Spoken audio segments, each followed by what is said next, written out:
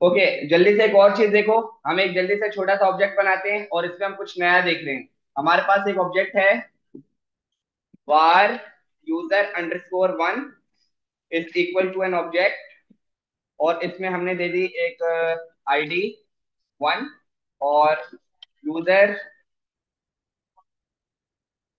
Name equal to John. ठीक है, console dot log user1। सही है, user1 को हमने कंसोल करवा लिया।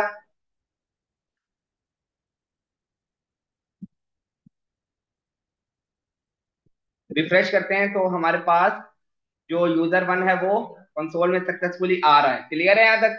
ओके। अब एक और चीज देखो, var user2 is equal to user1। मैंने एक वेरिएबल बनाया user2 का, और उसमें मैंने क्या सेट करा है, जो पहले वाला ऑब्जेक्ट बना हुआ है वही प्रॉपर्टी मैंने उसके अंदर सेट कर दी है। user2 को कंसोल करवा लेते हैं, और अगर सेव हम देखें,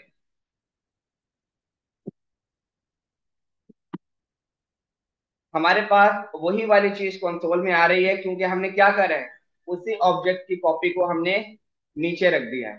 ठीक है, अब अगर मैं ये करूं, user2 एक अलग वेरिएबल है, user1 एक अलग वेरिएबल, ये चीज क्लियर है?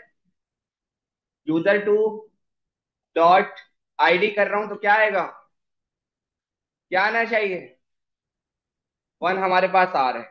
सही है, मैंने आपको बताया था ऑब्जेक्ट में प्रॉपर्टी जब आप ऐड करोगे, मुझे इसमें प्रॉपर्टी ऐड करनी है, city is equal to Karachi. किसमें? ऑब्जेक्ट नंबर 2 में क्या लिखूंगा, user2 डॉट सिटी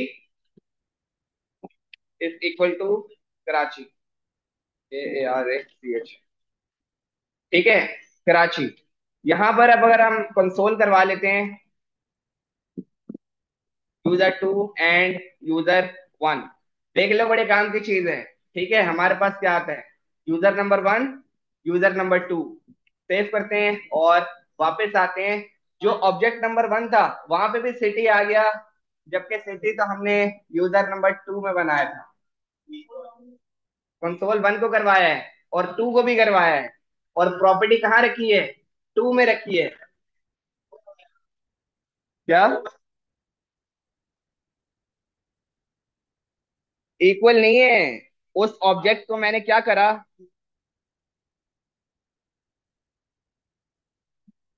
नहीं नहीं नहीं नहीं नहीं नहीं। देखो ये हुआ क्या है, ये एक अलग वेरिएबल है, और इसमें मैंने क्या रख दिया, पूरे 1 के ऑब्जेक्ट को। ठीक है, अब अगर मैंने user2 को अंदर कोई प्रॉपर्टी बनाऊंगा तो वो 1 में भी जा रही है। ठीक है, ये आपके पास कहलाती है शैलो कॉपी। सही है, कौन सी कॉपी, शैलो कॉपी।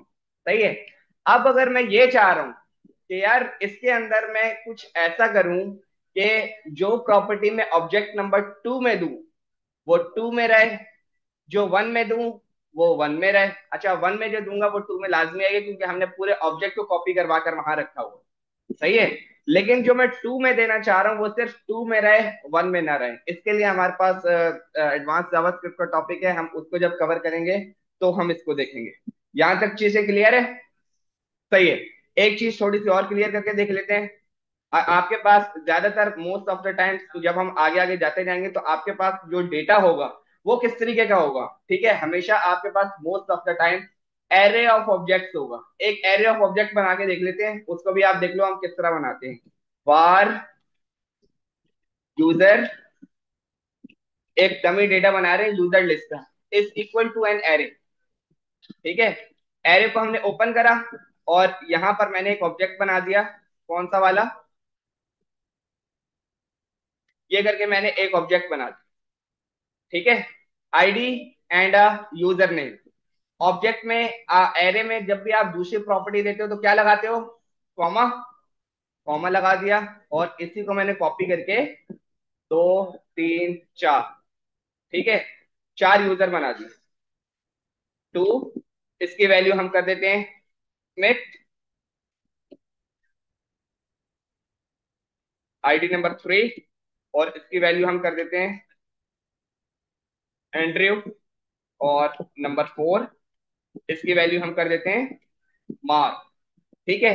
अब इस एरे को हम कंसोल करा के देख लेते हैं कि हमारे पास किस तरीके से आ रहे हैं। Console dot log user list. ठीक है, इसको भी देख लो। आपके पास मोस्ट ऑफ द टाइम जब हम आगे आगे जाएंगे तो डेटा हमेशा कुछ इस तरीके से होगा, एरे ऑफ ऑब्जेक्ट्स होगा। आपने एक डमी सा बेसिक सा एरे ऑफ ऑब्जेक्ट बना के कंसोल करवा लिया।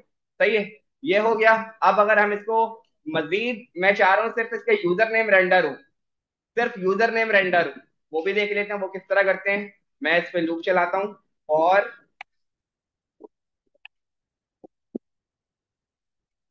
var I is equal to 0, I should be less than, I is equal to 0, I should be less than user list dot length, then I plus plus। ठीक है, सबसे पहले तो हम कंसोल करवा लेते हैं कि यूजर लिस्ट बोल दी, यूजर लिस्ट के आई में हमें क्या मिल रहा है, क्या मिलना चाहिए। पहला यूजर नहीं मिलना चाहिए, ऑब्जेक्ट चल रहा है तो सारे ऑब्जेक्ट मिलेंगे। लूप रेंडर हो रहा है ना, सारा डेटा मिल रहा है। ठीक हो गया। अब अगर मैं यहां पर आऊं डॉट यूजर नेम, तो क्या मिलेगा, सारे नेम मिल गए। सही है, ओके। आपने क्या करना है, गौर से सुनो और मुझे फिर बताओ, और फिर जल्दी जल्दी से जो है ना वो मुझे करके दिखाओ।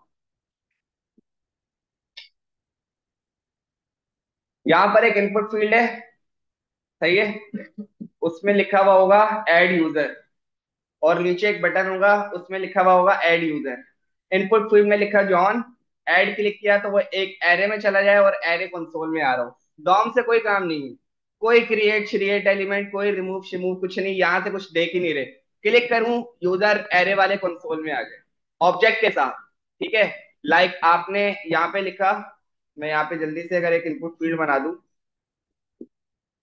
इनपुट, ठीक है, और बस यही सही है, और एक बटन बना देते हैं, बटन ऐड। सेव किया और वापस आते हैं, रिफ्रेश। ठीक है, यहाँ पे लिखा अहमद, ऐड करूंगा ना तो वो इसी तरह का एक ऑब्जेक्ट इसके अंदर आ जाएगा। पांचवें नंबर ये तो जैसे कि 3 रखे हुए हैं तो वो चौथे पर आ जाएगा, किसके साथ, आईडी को छोड़ो, सिर्फ उसमें एक ही प्रॉपर्टी हो ऑब्जेक्ट में, यूजर नेम, और वो कौन सी होगी, अहमद। फिर जब दूसरा नाम लिखोगे वो आएगा। आपने एक एरे को भरना है, सही है, यूजिंग बटन क्लिक, और एरे के अंदर क्या डेटा जाएगा, ऑब्जेक्ट के साथ डेटा जाएगा, और उसके अंदर प्रॉपर्टी होगी यूजर नेम की, और वैल्यू वो होगी जो आपने इनपुट फील्ड में लिखी हुई होगी। बहुत छोटा सा टास्क है, जल्दी से करके दिखाओ। हाँ, क्या, डॉम से नहीं करना है, ये तो बेसिक सा काम है। डॉम का तो काम तब है जब आपने डॉम पे प्रिंट करवाना हो, अभी प्रिंट कुछ नहीं करवाना, एरे में रेंडर करा के कंसोल कराओ, मुझे दिखाओ। हाँ, एक्सेस तो डॉम से ही, document dot get element by ID से ही होगा ना।